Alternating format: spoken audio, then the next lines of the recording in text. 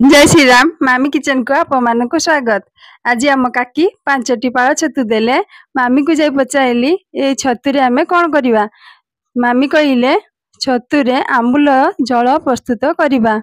सेति पई मु आम बाड़ी रे थिला नडिया गछ, नडिया जाई आनिली एवं नडिया को फटई करी रखिली। नडिया करा तरकारी रे पकेइले भारी भलो लगे। नडिया देह पाई बहुत भल, तेणु जेकोसी तरकारी आमे नडिया पकई जदि रांधुचे तेबे तरकारी रो टेस्ट अधिक भल होता है। मु छतु को यही भली काटी नहीं। एवं से छतु को पानी दे भल भाव चकटी धोई नबा। छतु मध्य पाଳ छतुर स्वाद अधिक होता है। छतु को भल भाव धोई नहीं चिपुड़ी दबा। भल भाव न चिपुड़े भाजिला बेले बहुत पानी बाहरी थाए, तेणु यही भाव में चिपुड़ी ने। देखु छतु को मु भल भाव चिपुड़ी नेली। परिवा हिसाब नहीं आलू एवं कखारु बैदी कखारु को यही काटी नहीं। मसला हिसाब नहीं 1 चामच सोरिष, हाफ चामच जीरा, पोस्त, अदा एवं पियाज, रसुण। एबे मु 3टी आंबुल को पानी रे बतुराई नहीं। बतुरी गले खट्टा टिके भल होता है। एवं आनिथिबा बाड़ी रु नडिया को भांगी करी नहीं। नडिया रो हाफ मु करी नहीं। एबे प्रथमे कड़ाई बसैली। कड़ाई गरम हेलानी, सेथिरे तेल देली। तेल मध्य गरम हे आसलानी। एबे छतु को पकई दबा। परिमाण अनुसार लूण किछि पकेइली एवं हलदी किछि पकेइली। एबे छतु को भल भाव भाजी नबा। भाजिला बेले छतुरु किछि पानी बाहरे।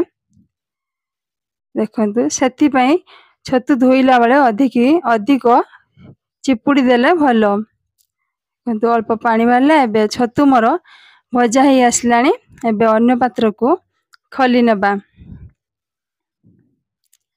छतुर कलर मध्य बहुत भल होइछि। आउ गोटे कड़ाई बसई सेतिरे तेल देली। तेल गरम हे आसलानी, सेतिरे 5 फुटण हाफ चामच देली। एबे भुसुंगा पत्र किछि पकेइली। सेई भितरे मु मसला को बाटी रखितिली। मसला को देली। एबे मसला को भल भाव रे कसी नेबा। किछि अंश रे कसी हेई गले आमे सेतिरे लंका गुंड पकेइबा। देखंतु लंका गुंड पकेइली। एबे आउ किछि समय कसी नबा। मसला टी भल भाव रे कसी हेई गले तरकारी रो टेस्ट अधिक होता है। देखंतु मोर मसला हेई आसिलानी। 2टी कंचा लंका पकेइली। कंचा लंकार मध्य विटामिन किछि अछि। एबे काटी रखिथिबा परिवा को सेथिरे देई दबा। देई किछि समय कसी नबा। किछि समय कसी नेला परे परिमाण अनुसार लूण देली। हलदी किछि पकेइली। एबे आउ किछि समय कसी नबा। देखो कसी नेला परे आमे किछि पानी दे घोड़नी दे दबा। भल भाव रे परिवाटी कसी हेई गले पानी आमे सेतिरे दबा। देखंतु कसी हेई आइलानी। सेतिरे किछि पानी दे देबा, नहले करेई रे लागी जाउछु। लागी गले मसलाटी तरकारी रो टेस्ट कमी जाय, तेणु अल्प पानी दे आउ किछि समय कसी नबा एवं घोड़नी दे देबा। कसी नेले एबे घोड़नी दे देले। घोड़नी देबार 3-4 मिनिट परे आमे खलिबा। देखंतु परिवा सबु कसी हेई आसिलानी। एबे सेतिरे पानी दे फुटीबा को छाड़ी देबा। पानी गोटे मग ढालिली। गळी नबा। गळी नहीं घोड़नी दे दबा।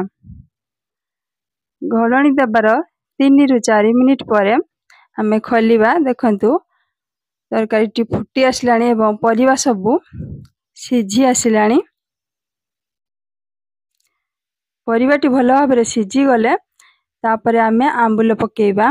परिवा देखंतु सिझी आसिलानी। एबे भाजी रखिथिबा ଛତୁକୁ ଆମେ ସେଥିରେ ଦେଇଦେବା। ଛତୁକୁ ଦେଇ ସାରିଲା ପରେ କିଛି ସମୟ ଫୁଟିବାକୁ ଛାଡ଼ିଦେବା। କରି ରଖିଥିବା ନଡ଼ିଆକୁ ମଧ୍ୟ ସେଥିରେ ପକେଇଦେବା। ଏବେ ଗଳେଇ ନେଇ ବତୁରାଇ ରଖିଥିବା ଆମ୍ବୁଲକୁ ମଧ୍ୟ ସେଥିରେ ଦେଇଦେବା। ମୁଁ 3ଟି ଆମ୍ବୁଲ ନେଇଛି। ଏବେ କିଛି ସମୟ ଫୁଟେଇ ନେଇ ତରକାରୀ କିଛି ସମୟ ଫୁଟିଗଲା ପରେ ଆମ୍ବୁଲକୁ କାଢ଼ି ନେବା, କାରଣ ଆମର ଖଟା ଟିକେ କମ୍ ଦରକାର। ସ୍ୱାଦ ଅନୁସାରେ ଟିକେ ଚିନି ଦେଲି। ଆପଣ ଚାହିଁଲେ ଆମ୍ବୁଲକୁ ପକେଇ ରଖିପାରିବେ। ମୁଁ ଆମ୍ବୁଲକୁ ଖୋଲି ନେବି, କାରଣ ଆମର ଖଟା କମ୍ ଦରକାର। ଯଦି ମୋ ଭିଡ଼ିଓଟି ଆପଣଙ୍କୁ ଭଲ ଲାଗେ ତେବେ ଲାଇକ୍ ଏବଂ ସବସ୍କ୍ରାଇବ୍ କରିବାକୁ ଭୁଲିବେନି। ଦେଖନ୍ତୁ ମୁଁ ଏବେ ଆମ୍ବୁଲକୁ ସବୁ ଖୋଲି ନେବି। ଆପଣ ଚାହିଁଲେ ପକେଇ ରଖିପାରିବେ। ଏହି ଛତୁ ଆମ୍ବୁଲର ଝୋଳକୁ ଭାତରେ ଖାଆନ୍ତୁ, ବହୁତ ଭଲ ଲାଗିବ। ଏହି ଛତୁ ଝୋଳରେ ମୁଁ ବୈଦିକ ଖାରେ ମୁଁ ଆଳୁ ନେଇଛି। ଆପଣ ଚାହିଁଲେ ଭେଣ୍ଡି ମଧ୍ୟ ନେଇପାରିବେ। ଭେଣ୍ଡିକୁ ଅଳ୍ପ ଭାଜି ସେଥିରେ ମିଶେଇ ତରକାରୀ ରାନ୍ଧି ପାରିବେ। ଦେଖନ୍ତୁ ମୋର ଆମ୍ବୁଲ ଝୋଳ ହେଇ ଆସିଲାଣି। କଲର୍ ମଧ୍ୟ ବହୁତ ଭଲ ଦେଖାଯାଉଛି। ବାସ୍ନା ମଧ୍ୟ ବହୁତ ଭଲ ଆସୁଛି। ଏବେ ଅନ୍ୟ ପାତ୍ରକୁ କାଢ଼ି ନେବା। ଦେଖନ୍ତୁ ଆମ୍ବୁଲ ଝୋଳ ମୋର ପ୍ରସ୍ତୁତ ହେଇଗଲା। ଏହି ପ୍ରୋସେସରେ ଛତୁକୁ ଆପଣ ଆମ୍ବୁଲ ଦେଇ ଝୋଳ କରନ୍ତୁ। ଛତୁ ମସଲା ଝୋଳ ଅପେକ୍ଷା ଛତୁ ଆମ୍ବୁଲ ଝୋଳ ଅଧିକ ଭଲ ହେଇଥାଏ। ତେଣୁ ବନାନ୍ତୁ, ଖାଆନ୍ତୁ, ଭଲ ଲାଗିବ। ମୋ ଭିଡ଼ିଓଟି ଏତେ ସମୟ ଦେଇ ଦେଖିଥିବାରୁ ଆପଣମାନଙ୍କୁ ବହୁତ ବହୁତ ଧନ୍ୟବାଦ। ଜୟ ଶ୍ରୀରାମ।